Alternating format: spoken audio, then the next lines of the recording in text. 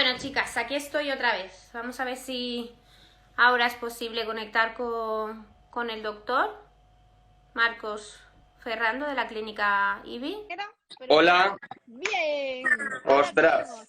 Muy Oye, bien.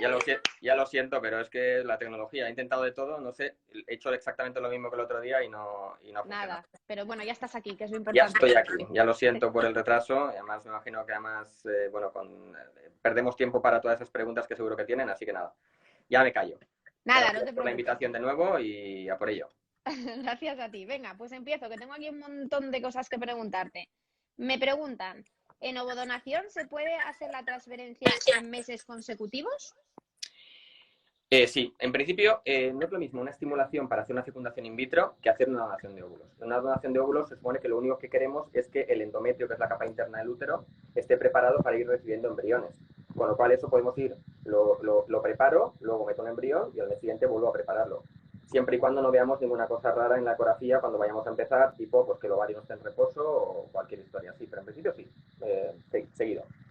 Vale, para las mamás que no estuvieron otro día con nosotros y que son ahora nuevas en este proceso, ¿la ovodonación en qué consiste? Así resumido muy rápido, Marcos.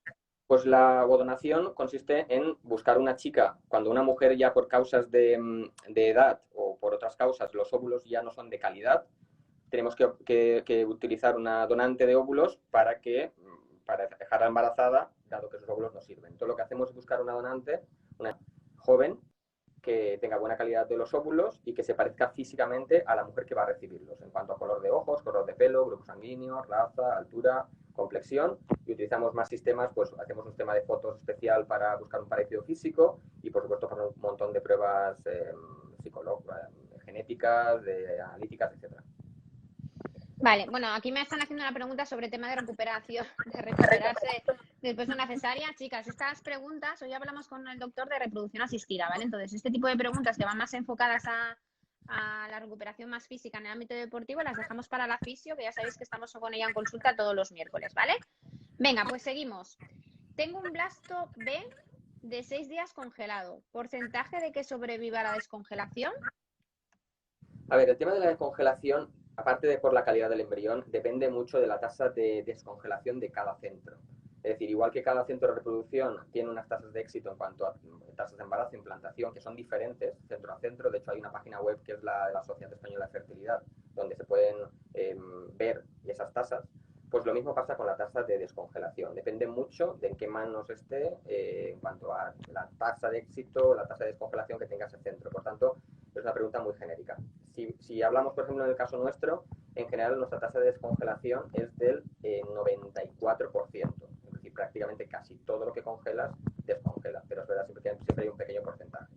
Dicho esto, por desgracia, las estadísticas aquí al final habrá que ver qué pasa justamente con ese embrión, porque cada embrión es único y habrá que ver si ese descongela o no. Hablabas de una página donde podemos mirar temas de estadísticas. ¿Qué página es? Repite otra vez. Se llama la Sociedad Española de Fertilidad.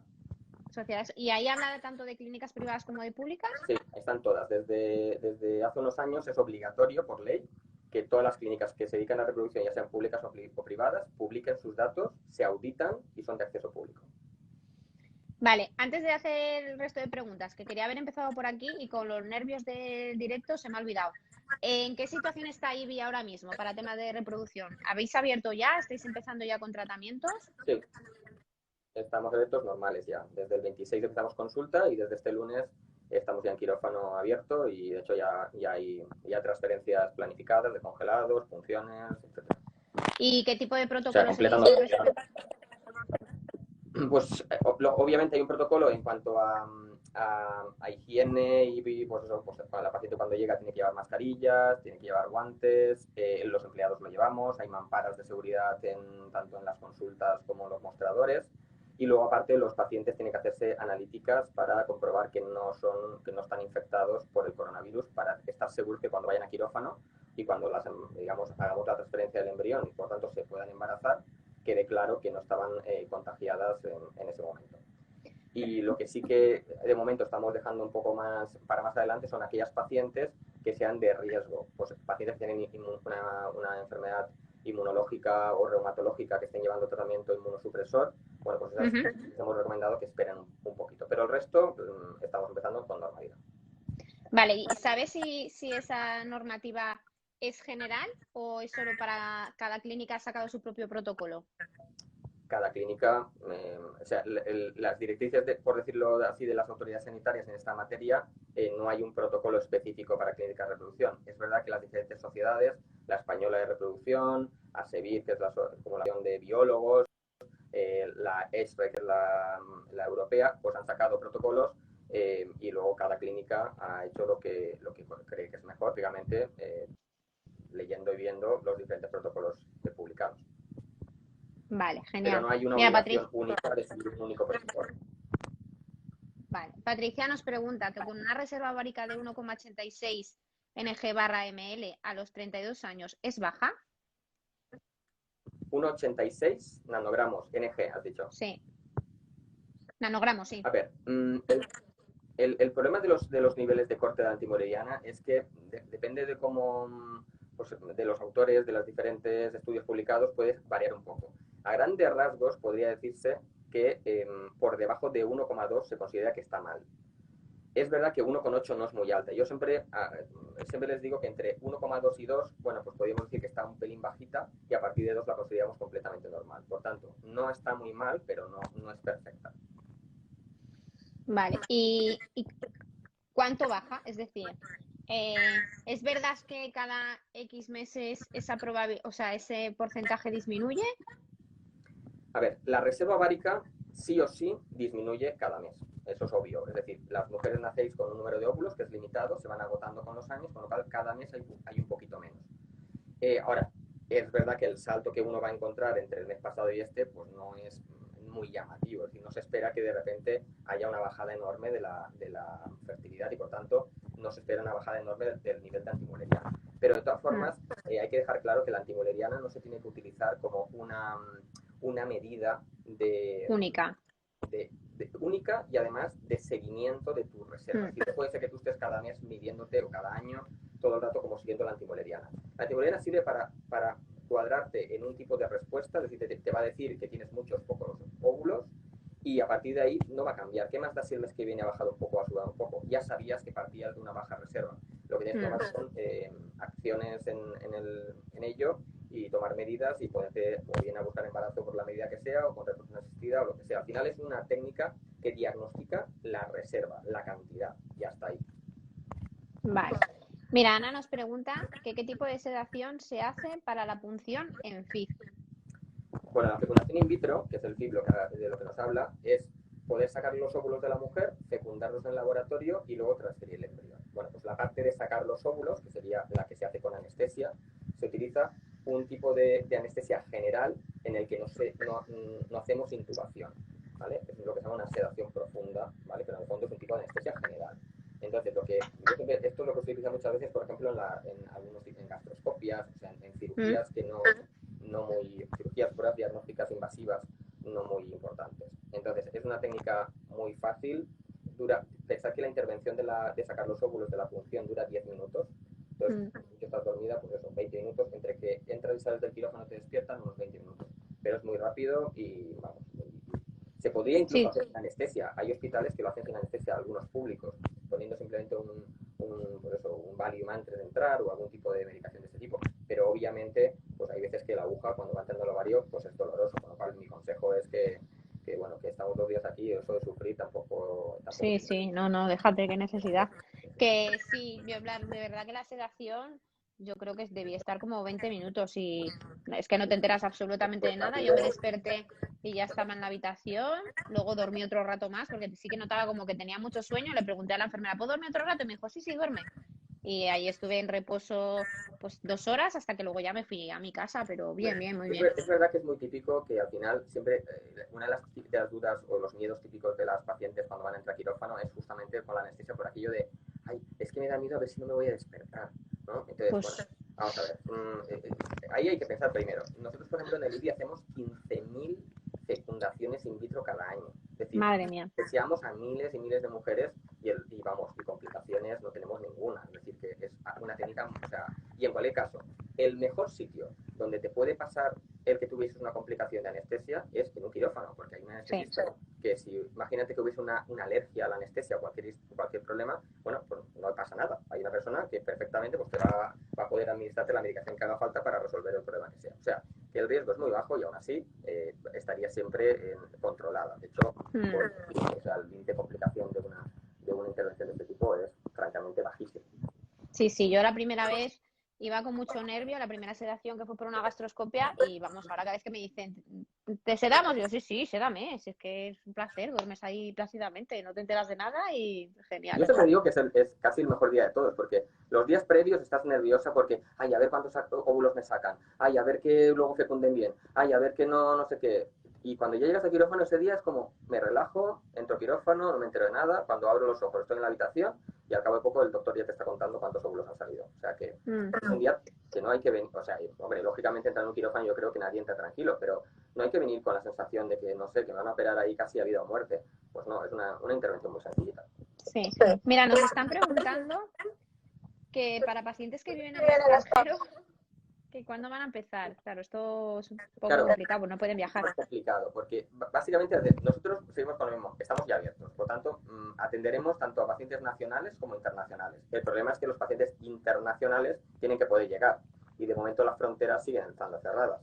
Y ahí hay otro tema que es el tema de vuelos, o sea, que incluso el día que abran las fronteras habrá que ver cómo está el tema de vuelos, porque se han reducido muchos porque no hay demanda. Entonces, ahí hay dos temas. Nosotros, por ejemplo, que estamos en Bilbao y tenemos la frontera muy cerca, y por tanto la mayoría de nuestros pacientes internacionales vienen en coche, la verdad es que ya incluso hay algunas que están intentando llegar a la frontera y pasar. Y nosotros les explicamos que a día de hoy siguen cerradas, pero ellos, pues hay veces que dicen, bueno, yo voy a intentarlo, tiene un justificante de que van a hacer un tratamiento médico, bueno, pero en principio, hasta el día de hoy las fronteras siguen cerradas. Vale, mira, Ana nos pregunta que, bueno, nos dice que le daba un poco de miedo la punción. Espero que después de escuchar al doctor te hayas quedado tranquila y a mí, que yo ya he pasado por una punción y te puedo asegurar que, vamos, de todo el proceso es la parte en la que tienes que estar más tranquila porque no te enteras absolutamente de nada y es súper rápido, o sea que bien. Después de la punción, ¿se recomienda reposo? A ver, después de la punción es una cirugía, entonces... el mismo día, en el momento que salís ya de la clínica, os encontráis prácticamente normal, con un dolor tipo regla y poco más. Con lo cual, bueno, pues sí, se puede hacer una vida prácticamente normal. Hombre, yo a lo mejor ese día no te recomendaría, primero, por si tuvieses luego día la anestesia o tuvieses un mareo, etcétera, bueno, pues no te recomiendo que hagas ninguna cosa de riesgo. Es decir, no es el momento de, no sé, de ponerte a escalar en una montaña y al mismo tiempo tener en cuenta que ahí tenéis en ese momento unas pequeñas heridas dentro de la vagina, con lo cual tampoco es el momento de hacer pues grandes historias que pueden hacer que se abriese esa pequeña herida. Pero vamos, prácticamente a lo que nos referimos de vida normal, de puedo pasear, puedo moverme, puedo entrar, salir de casa, voy a hacer la compra o quedo con una amiga, por supuesto. Y vida en el sentido normal. De hecho, os encontráis muy bien el día de la función. Sí, yo creo que al final es como te sientas tú. Si ves que te encuentras un poco regular o que tienes alguna molestia, pues mejor descansando. Y si te encuentras bien, pues puedes ir pues no cojas pesos y no te pongas, como dice el doctor, a ponerte a escalar una montaña, pero bueno, llevando una vida normal, sin problema. En cualquier caso, es una intervención como tal y como tal se considera y de hecho nosotros os damos un justificante con el que pues, tenéis derecho a tener 3 días de baja, que es lo que corresponde por una cirugía. Pero bueno, a partir de ahí cada uno pues, haga lo que tenga que hacer. Sí, yo ese De día hecho, no me lo cogí libre. tenemos Sí. muchas mujeres que son autónomas y conforme salen del quirófano se van a trabajar. Sí, claro. Nos preguntan, 32 años. ¡Ay! Que se me ha salido. Espera un segundo, ¿eh? 32 años, antimuleriana 0,032. ¿Se valora En estimular nanogramos. ovarios o directamente donación? Y entiendo además que están en nanogramos. Sí, Pues está muy muy bajo. bajo. Sí. A ver, aquí el tema es, habría que ver, primero entiendo que seguirá teniendo reglas. Mientras siga teniendo reglas, significa que ovula. Lo que pasa es que posiblemente el número que tendrá es ínfimo, muy bajo. Posiblemente a lo mejor un solo óvulo en cada mes. Con lo cual, el problema se podría intentar hacer una in vitro en el que vayamos sacando óvulos de uno en uno y a lo mejor intentar acumular unos pocos durante varios meses sacando de uno en uno y luego ver qué calidad hay. Pero la probabilidad de que luego tengamos un mal resultado es muy alta y hay que ser realistas. El Sí, 100%, eso. si no hay, en medicina reproductiva no hay un 100%, yo no le puedo decir, no, entonces es imposible con mis óvulos, imposible, no hay nada. Es decir, yo Ya. incluso tengo pacientes que están esperando para hacer una donación de óvulos y en el mes de espera o 2 meses de espera se han quedado embarazadas. Ahora bien, eso es una excepción. O sea, no podemos estar esperando que con una antimulleriana muy baja vayamos a obtener éxito. Lo normal es que no lo obtengamos, pero nunca se sabe. Por tanto, efectivamente, si yo tuviese que, eso sin conocerla, no he visto sus ovarios, no he visto el resto de cosas, pero efectivamente, en una antimulleriana tan baja, las probabilidades son bajas y por tanto la primera opción o la más indicada desde el punto de vista de éxito sería la donación. Mira, te dejo aquí una pregunta que nos han hecho en el cajetín de preguntas y respuestas. ¿La calidad de los óvulos no hay forma de mejorarla antes de la ovodonación? La calidad de los óvulos, nacéis con los óvulos, son los óvulos que tenéis, con lo cual esa calidad que se pierde es porque va pasando el tiempo y se afectan una serie de características del óvulo, entre ellas características físicas y también genéticas, por ejemplo, por aumentar el riesgo de síndrome de Down, etc. Por tanto, algo que lo mejore, no, el óvulo ya está hecho. Podemos hacer pequeños matices con la medicación y hay formas de estimular diferentes, hay protocolos en los que se hace una preparación 1 mes y medio antes para intentar mejorar un poco, pero desde luego si la calidad es muy mala, no va a cambiar con ninguna de las cosas que vamos a dar. Mira, yo siempre digo que es un ejemplo muy tonto, pero siempre lo explico para que se entienda un poco. El óvulo es como si tuvieses una pizza precocinada, ¿vale? Que ya la tienes comprada desde hace pues 30 años, 35, pues desde que naciste. Entonces, pues la calidad es la que es porque cada día esa masa es peor, porque lleva más tiempo en la nevera o en el congelador. Es verdad que aún no está acabada de cocinar del todo, es decir, está precocinada, por tanto falta ponerla en el horno. Pero si la masa es muy mala y ya está muy mala porque ha pasado mucho tiempo, da igual cómo lo cocine, da igual si le pongo un poco de orégano o no, o con más fuego o menos fuego, va a ser mala la pizza, ¿no? Pero si consigo cocinarla con un poquito de gracia y no está mala del todo, quizá pueda mejorar un pelín esa parte. Bueno, pues esto sería un poco lo mismo. El óvulo ya está hecho, no puedo cambiar la calidad. Quizá en la parte final de la estimulación tengo un cierto margen, dado que el óvulo no está totalmente madurado, de intentar conseguir un poquito más de calidad. Pero en muchos casos no me va a sacar de mi apuro, que es pasar de una mala calidad a una calidad perfecta. Vale, genial, Marcos. Te voy a poner otra pregunta, ¿vale? Nos preguntan por aquí, ¿qué pruebas básicas y necesarias para FIV? Cuando Bueno, pues tienes endometriosis y varices uterinas. A ver, en general, para una fecundación in vitro, lo único que hace falta es una analítica de hepatitis B, hepatitis C, SIDA y sífilis, o sea, una serología, que es lo que marca la ley. Y luego hace falta para ambos, ¿no? Para ambos, para él y para ella. Y luego hace falta un preparatorio, una analítica general para ver que la voy a meter en quirófano y que, por tanto, pues no tiene una anemia de partida que luego si sangra pueda empeorarse, o no tengo un problema de coagulación que cuando haga la punción pues pueda haber un problema de sangrado, etcétera. A grandes rasgos. Luego en nuestro caso hacemos un electrocardiograma para ver que pues que el corazón funciona correctamente y que la podemos anestesiar sin ningún peligro. Lo importante siempre y lo principal es la salud y la seguridad de los pacientes. Y a partir de ahí hay pruebas que se pueden hacer, pero no son obligatorias. Por ejemplo, existen los cariotipos. Los cariotipos es una prueba para ver si la genética tuya tiene un defecto que haga que dé lugar a embriones con defectos genéticos que bien o no implanten o den lugar a abortos o den lugar a niños con alteraciones genéticas. Entonces, no es obligatorio porque nosotros cuando tenemos un hijo de forma natural no nos hacemos un cariotipo. Entendemos que, bueno, pues que lo normal es que estará todo bien, etcétera. Pero en el tema de la reproducción, al menos es opcional y recomendable. ¿Por qué? Porque yo esa prueba la voy a pedir cuando una pareja a lo mejor lleva 3 in vitro fallidas. Y claro, si yo hago una in vitro falla, otra in vitro falla y otra in vitro falla, a la tercera in vitro te voy a pedir un cariotipo. Y es una analítica muy sencilla y encima relativamente barata. Por lo cual, lo primero que siempre hacéis cuando pasa eso es decirme, ostras, Marcos, me he hecho 3 in vitros y ahora, después de 3 in vitros, me dices que hay una analítica que hay que hacer y encima me ha salido mal y esto es la causa por la que no me he embarazado. Entonces, obvio y normal que al final genere cierto, pues, o no entendimiento o cierto enfado a veces. Por lo tanto, yo siempre les explico, es opcional, la puedes hacer, es muy fácil y yo recomiendo hacerla. Obligatoria no, pero recomendable sí. ¿Cuánto cuesta una analítica de cariotipos? Puede costar entre 200 euros, algo así. Depende de una horquilla, pues entre 100 mucho y 200 y poco. Vale. Hasta ahí está Sí, el sanar. que vamos, que dentro del tratamiento tampoco es lo que sea, sea Claro, lo más caro. pensad que una fecundación in vitro está de unos 5.000, claro, si uno se ha gastado 15.000 euros porque se ha hecho 3 in vitros y luego por una analítica de 200 euros podía haber sabido que por qué no funcionaba o dejaba de funcionar, pues obviamente. Pero claro, se tiene que entender también nuestra parte como médicos. Nosotros tenemos que indicar en cada momento lo que está indicado. Yo siempre pongo un ejemplo.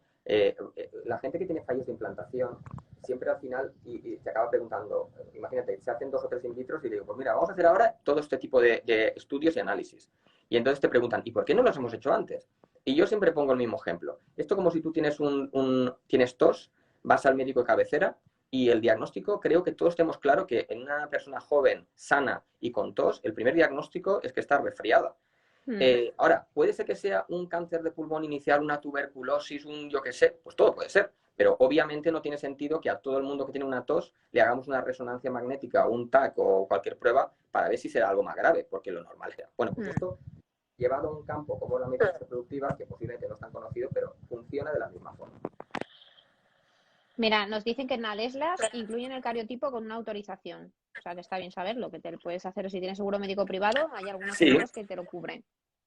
exacto. Dependerá del tipo de seguro, de la póliza que tengan, porque hay algunos que son póliza oro, plata o ese tipo de cosas, pero bueno, en muchos casos sí que les entrará. ¿Cuándo recomiendas empezar con un tratamiento de FIT después de que se extraiga un mioma extrauterino? Bueno, pues dependerá un poco también, o sea, es difícil contestar sin saber exactamente qué tipo de mioma me han quitado, tamaño, cómo fue la cirugía, si fue fácil, difícil, pero bueno, a grandes rasgos, en 3 meses, en principio, se podría ya empezar a pensar en poder hacerlo. Ya digo, con matices, porque dependerá un poco del tipo de cirugía. ¿El test de fragmentación de ADN de seminiograma es obligatorio? Mira, de hecho, no es obligatorio y de hecho el ADN, la fragmentación de ADN espermático es una prueba de las que, primero, hay diferentes técnicas que lo analizan, con lo cual cada una tiene unos niveles de corte de normalidad diferentes. Es uno de los análisis que más controvertidos ha sido en el sentido de que pues tampoco está claro que uno tenga la fragmentación alta y qué implicación exacta tiene eso en el tratamiento, que eso está relacionado con peor resultado reproductivo, pero tampoco significa que sea imposible o que este tipo de cosas. Por tanto, obligatorio no es y desde luego tampoco se tiene muy claro en qué casos sí o sí hay que hacer o no hay que hacer. Mira, una cosa que te quería preguntar, que me lo contó el otro día una chica que acabo de ver que está conectada. ¿Tenéis acuerdos con hospitales públicos? Es decir, ¿puede un hospital público, entre comillas, desahuciar un caso, pero pasárselo a la clínica IBI porque tenga algún acuerdo y que lo cubra la Seguridad Social? No, o sea, como desahuciar no. Lo que puede pasar, y hay, por ejemplo, nosotros mismos tenemos un acuerdo con alguna sanidad pública, es que el gobierno de esa comunidad o digamos, la seguridad social de esa comunidad no tenga en su cartera de servicios alguno de los productos, por ejemplo, diagnóstico genético preimplantatorio, hay algunas comunidades que no analizan los embriones.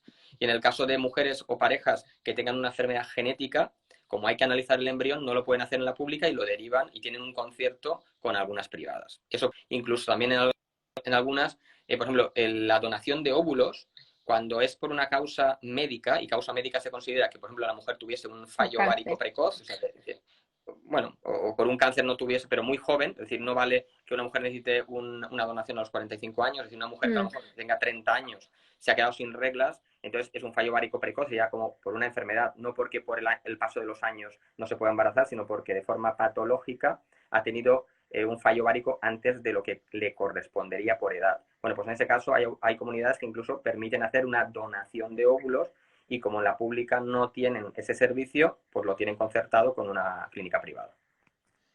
Vale. Joder, estoy aprendiendo un montón de cosas, ¿eh? Porque yo todo esto no lo sabía, ¿eh? ¿Una respuesta elevada a la estimulación ovárica puede afectar a la calidad de los óvulos, embriones obtenidos de la punción? Pues es una pregunta que a día de hoy no tengo la respuesta total. Es verdad que durante mucho tiempo se veía que cuando la respuesta ovárica es muy, muy, muy, muy alta, la calidad de los óvulos es verdad que disminuye, ¿vale? Pero también apareció luego un estudio en el que se veía que cuanto más óvulos tiene una pareja, más posibilidades tiene de conseguir el embarazo, porque más embriones potenciales va a obtener. Por tanto, al mezclar las dos cosas, nos interesa tener muchos, sí. Parece que más que antes pensábamos que el ideal era tener 10 óvulos y ya está. Hoy sabemos que cuantos más tengamos mejor, pero sí que parece que llega un momento en el que muchos sí que empecé a bajar un poquito la calidad. Por eso nosotros cada vez, de ahí se trata de que busquemos siempre los ginecólogos la respuesta óptima. Y la respuesta óptima es, una vez viendo la paciente, el peso, la edad, la antimuleriana que tiene, el número de óvulos que vemos en el ovario, lo que tratamos de hacer es un tratamiento individualizado a esa paciente justamente para conseguir el máximo de óvulos posible sin pasarnos ni quedarnos cortos, ¿vale? Ese sería esto sería como el arte, ¿no? de conseguir la perfección a nivel de respuesta. Vale, vamos por alguna de las que tenía yo aquí en el cajetín que me acabo de descubrir. Ahora mismo, ¿ves? Yo también aprendo, cada vez aprendo una cosa nueva. Que me salen aquí todas las preguntas que te había mandado a ti, que me habían pasado por el cajetín, me salen aquí y no lo sabía. Y yo mandándotelas por WhatsApp. Vale. Igual me salgo del tema, pero ¿cómo se busca o selecciona donante masculino si lo quiere hacer una sola? Pues se selecciona igual que los donantes de óvulos que he dicho antes. Se busca un chico que se parezca físicamente a la mujer que va a recibirlo, color de ojos, color de pelo, grupo sanguíneo, la raza, la altura, la complexión, textura de pelo. Control con un psicólogo, control médico. Hacemos una fotografía para ver que tengan los rasgos faciales parecidos en cuanto a que consideramos 100 puntos faciales y vamos, igual que los donantes de óvulos.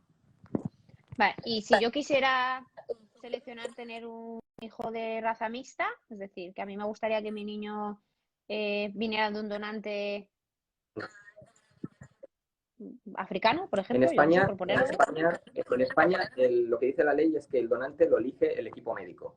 Y lo elige el equipo médico en función de las características de o bien de la mujer o si es para donante de óvulos o o sea, buscamos nosotros, ya sea donante de óvulos, donantes de semen, lo buscamos nosotros. Por tanto, no vale venir y decir, pues mira, es que a mí imagínate, una mujer de raza blanca y que diga, Sí. mira, es que a mí toda la vida me ha hecho ilusión o me han gustado los hombres de raza negra. Y como voy a tener un hijo yo sola, pues quiero que el donante sea de raza negra. Pues bueno, pues a día de hoy eso no puede ser. No es posible. Al menos en España. Habrá países donde se permite la selección del donante. Aquí no. Vale, nos pregunta, con reserva de 0,8 y 35 años con endometriosis, ¿es FIT directamente? Mira, lo de FIP directamente o no FIP directamente es que depende de muchos factores. Entonces, yo nunca me atrevería a fijar sí o sí que eso tiene que ser así. Pero es verdad que con 35 años y una antimuleriana baja, la primera opción que me pasa por la cabeza efectivamente es una fecundación in vitro. Habría que ver si a esto se une, pues que lleva poco tiempo buscando, que se ha hecho la antimuleriana por otros motivos, que encima tiene 3 hijos o 2 hijos o un hijo, y ya sé que funciona el útero, y encima a lo mejor veo que, no sé, que tiene problemas con el marido a la hora de sincronizarse con las relaciones sexuales porque él trabaja por las noches y nunca llega a casa, no sé, habría que verlo. Pero en general, así de entrada, efectivamente, una antimuleriana baja y más de 35 años invita a que la primera opción sea una fecundación in vitro. ¿Hay controles psicológicos en todos los procesos de FIT? A ver, controles psicológicos. Control psicológico se hace a las donantes, ¿vale? Para tener claro que la mujer que lo reciba va a recibir un material de una chica sana, pero a las pacientes que van a hacer una fecundación in vitro, por ejemplo, no le vamos a hacer un test psicológico, ¿vale? Es verdad que muchas veces en la entrevista que hacemos con el médico, además pensad que, yo siempre digo lo mismo, al final os convertís casi no digo a la familia, pero venís mucho a la clínica, con lo cual os acabamos conociendo un poco a cada una de las pacientes, porque no es un tratamiento como, no sé, no es como la citología que vas una vez al año al ginecólogo y ya te olvidas, sino que al final durante 10 días estás viendo cada 2-3 días, luego quirófano, luego la transferencia, luego si sale o no sale, llamadas de teléfono. Entonces, os aseguro que cuando vemos que una paciente puede tener un problema psicológico, lo detectamos, con lo cual en ese momento pues derivamos a la psicóloga o al psiquiatra en función de lo que pensamos que está pasando. Dicho esto, siempre en las unidades de reproducción hay una psicóloga clínica que va a ayudar pues a todas aquellas que lo necesiten. O sea que una cosa es que primero nosotros la derivemos porque lo pensemos que lo necesita, y otra cosa diferente será que la propia paciente lo solicite porque ve que al final es un proceso costoso emocionalmente y no esté consiguiendo llevarlo bien. Claro, ahí quería llegar a preguntaros si teníais dentro del equipo o departamento de dar apoyo para estas mujeres. Sí. Sí, yo creo que todas las clínicas lo tienen. ¿Qué porcentaje de óvulos extraídos llegan a blastocitos de media?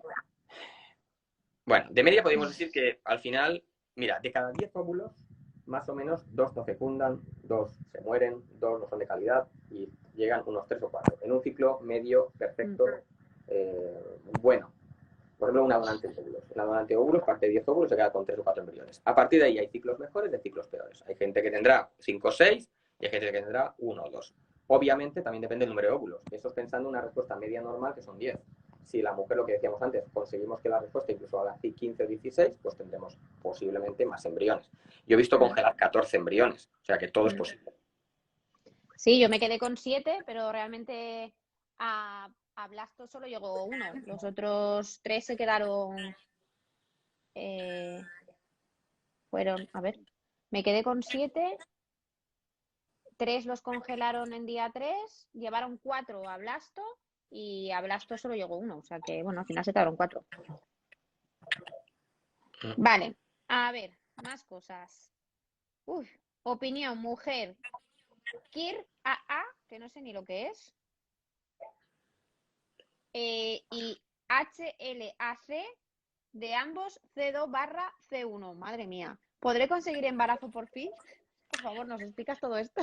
A ver, a día de hoy se empiezan a hacer también estudios ya de inmunología, ¿vale? Sobre todo se hacen casos en los que la paciente no está consiguiendo embarazos.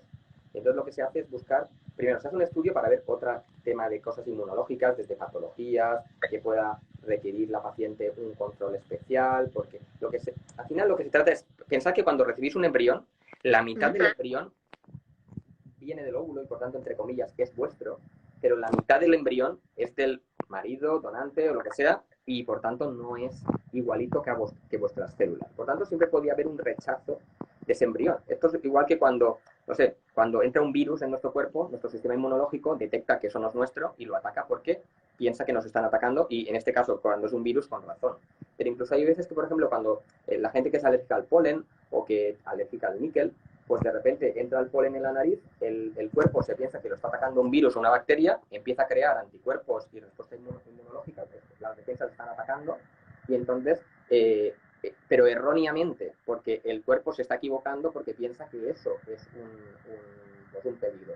Bueno, pues pasa lo mismo con el embrión. El embrión puede ser que sea detectado por el cuerpo como un peligro, como un virus, una bacteria que está atacando a nuestro cuerpo y nuestra policía, lo que digo yo, como eras una vez la vida, ¿no? Aquellos policías pues van a atacarlo y podríamos hacer que no implante el embrión porque, entre comillas, lo estamos matando, ¿no? Entonces, a día de hoy hay una serie de estudios que se pueden hacer y entre ellos están los HLA.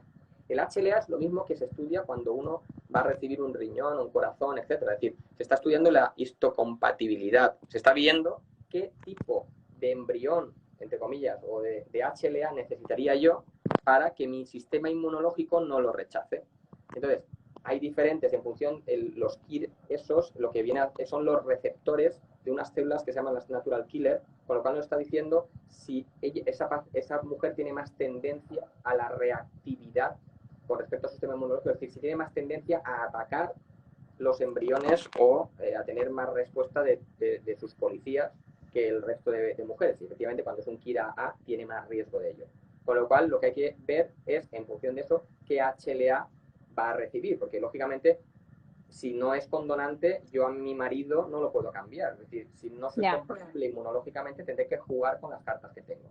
Entonces, en esos casos, si se sabe, lo que sí que se puede hacer es añadir inmunosupresores, es decir, medicación que aunque mi sistema inmunológico, aunque mi policía va a atacar a ese supuesto ladrón que está entrando en casa, que es el embrión, pero puedo darle medicación para frenar, para disminuir la actividad de ese sistema inmunológico para que no me lo ataque o me lo ataque menos, ¿vale? Entonces, bueno, no solamente, a ver, yo para poderle contestar a esta mujer sobre si con esto lo va a conseguir, es que no, lógicamente no lo sé, tendría que ver toda su historia, pero bueno, creo que va por buen camino. Si han encontrado algo de reactividad tratándolo, pues obviamente tienen muchas más posibilidades de conseguir el objetivo final. Mira, vamos a hablar un poco del tema de esperma. Un 1% de espermas normales puede ocurrir un embarazo a término. Mi marido lo tiene así y he tenido 6 abortos. Sí, o sea, hay muchísima gente, incluso a veces nos encontramos con donantes que de repente tienen un semen con un porcentaje bajo de normales. Pensad que el porcentaje de normales, que es normal, es decir, en la morfología lo que viene a decir es que yo, cuando miro el espermatozoide, tiene una cabecita, una colita, etcétera. Bueno, pues solamente con que un varón tenga un 4% de normales, lo considero normal. Es decir, una persona que tenga un 96% de espermatozoides anormales, yo lo consideraré completamente normal. Por tanto, que tampoco os lleve la cosa de decir, es que solo hay un 1. Con que tuviese un 4 lo daría por bueno. Por tanto, tampoco es tan dramático, ¿no? Entonces, la cantidad y la morfología, sobre todo, se ha relacionado en muchos casos en temas bueno, de no conseguir el embarazo. Pero pensad que luego, al final, por ejemplo, en un in vitro, vamos a seleccionar los normales.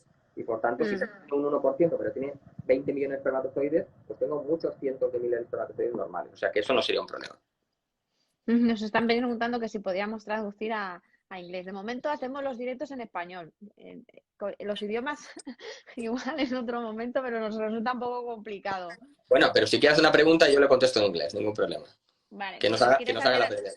si nos quieres hacer la pregunta en inglés, el doctor la contesta. Yo inglés poco. O So sea if que... you want to ask us any question about your treatments or your situation, please, you can write us in English and we answer you the question. ¿Ves? Es casi da gusto. Si es que ves cómo escojo yo los ponentes buenos. Vale, Bueno, mi inglés no es muy allá, no te creas. Bueno, mejor que el mío. Pero bueno, Visto. pero para hablar unas preguntas, seguro, ahí llegamos. Venga, novodonación. ¿Cuánto tiempo pasa entre suministro de decapetil mensual hasta transferencia? A ver, el decapeptil, entiendo, nosotros lo utilizamos cuando es mensual en tratamiento sobre todo de donación de óvulos o de transferencia de embriones congelados porque sirve para frenar el ovario durante un mes. También es verdad que se puede utilizar en enfermedades como la endometriosis y otro tipo de cosas. Entonces no sé por qué lo está utilizando. Entiendo que como pone que es... Ah, no, sí lo pone en ovodonación. Sí, entonces nada, enseguida, o sea, se supone que el decapetil lo ponemos justo el mes anterior a cuando va a hacer el tratamiento, con lo cual lo ponemos un día 19, 20 o 21 de ciclo y en cuanto le baje la regla podemos empezar. O sea que enseguida. Mira, Marta hace una pregunta muy fácil que está igual, se la puedo responder hasta yo. ¿Cómo puedo saber la antimuleriana y la reserva ovárica? Primero una analítica, Pues, ¿verdad, doctor? una analítica de sangre, que es muy fácil, y luego con una ecografía. Es decir, yo creo que, mira, por ejemplo, te explico cómo funcionamos en las clínicas CIVI. Tú cuando vienes a una primera visita, en esa primera visita te hacemos la ecografía y en el mismo momento te hacemos una analítica de sangre, que es la antimuleriana. Y la antimuleriana, el valor, lo tenemos prácticamente en el día. Bueno, o sea que al día siguiente ya podrías venir a ver el resultado. O sea que es muy, muy rápido. Comisión Nacional de Reproducción Humana. Permisos para FIV con DGP. Vale, el FIV con DGP es FIV con diagnóstico genético preimplantatorio. El diagnóstico genético preimplantatorio consiste en que yo analizo el embrión antes de transferirlo en una fecundación in vitro, con lo cual saco unas células y puedo saber si es un síndrome de Down y también puedo saber que no tenga ninguna enfermedad genética monogénica, por ejemplo, distrofia muscular, fibrosis quística, etc. Pero en muchas de esas enfermedades necesito hacer una solicitud a la Comisión Nacional de Reproducción Asistida para que me lo autorice. Te pongo un ejemplo. La gente que tiene un cáncer de mama hereditario, los que se llaman esos los BCRA, que significa que yo tengo un cáncer, a lo mejor mi madre también lo tenía, mi abuela lo tenía, porque hay un gen que hace que tengamos tendencia a tenerlo. Bueno, pues en ese caso, por ejemplo, se podría hacer un diagnóstico genético preimplantatorio para seleccionar embriones que no tengan ese gen y poderle evitar a mi hija que tenga una enfermedad genética, o sea, perdón, un cáncer de mama debido a esta alteración genética. Entonces, pero en este caso concreto no puedo hacerlo directamente. Tengo la tecnología para hacerlo, sé hacerlo, pero no puedo porque necesito un permiso de la Comisión Nacional. Entonces, la Comisión Nacional es una comisión que se reúne periódicamente donde estudian cada uno de los casos que se mandan en todas las clínicas de reproducción de España y dictaminan si se puede realizar o no, si es ético, no ético, factible, no factible, si se puede o no se puede. O sea, me parece fascinante lo de la ciencia, es increíble. O sea, poder seleccionar para que tu hija no tenga un cáncer. O sea, me parece muy, muy fuerte esto. Sí, de hecho, mira, ahí hay una mujer que nos está poniendo neoplasia endocrina múltiple dosal. Es decir, hay muchas más tipos de enfermedades que si son genéticas se puede buscar el gen. La única historia para poder hacerlo, los únicos requisitos son 3. Que sea una enfermedad precoz, que sea grave y que no tenga cura. Es decir, claro, lo que no vale es, yo qué sé, imagínate que, no se ve ahora un ejemplo tonto, la psoriasis, ¿vale? es verdad que la psoriasis no es que tengas un gen alterado, ¿vale? Pero bueno, un ejemplo tonto. Imagínate que la psoriasis fuese genética relacionada con un gen, que tengo el gen y lo puedo evitar 100%.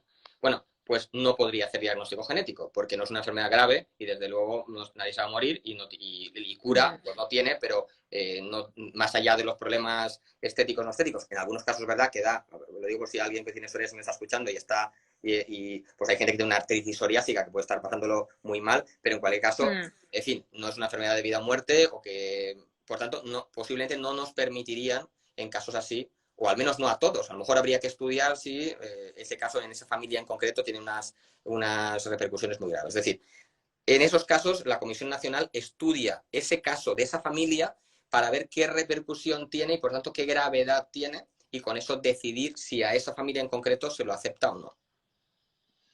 Vale, vamos con la última pregunta. Voy a seleccionar algunas de las que ya estaban hechas, ¿vale? Por ejemplo, bueno, esta aunque es un poco compleja. Venga, esta, a ver qué consejos das. Consejos antes de una transferencia y después. ¡Uy! Se me ha ido el doctor. No me lo puedo creer.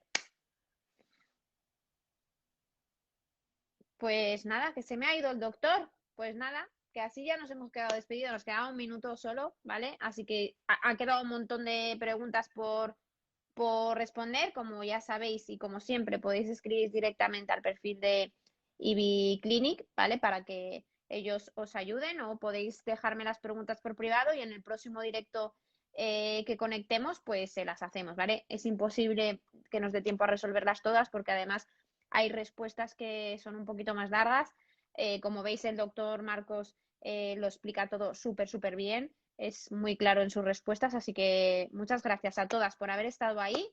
Lo siento para las que os habéis quedado a medias, pero nos vemos la semana que viene, ¿vale? Un besito para todas, guapas. Chao, chao, chao, chao, chao.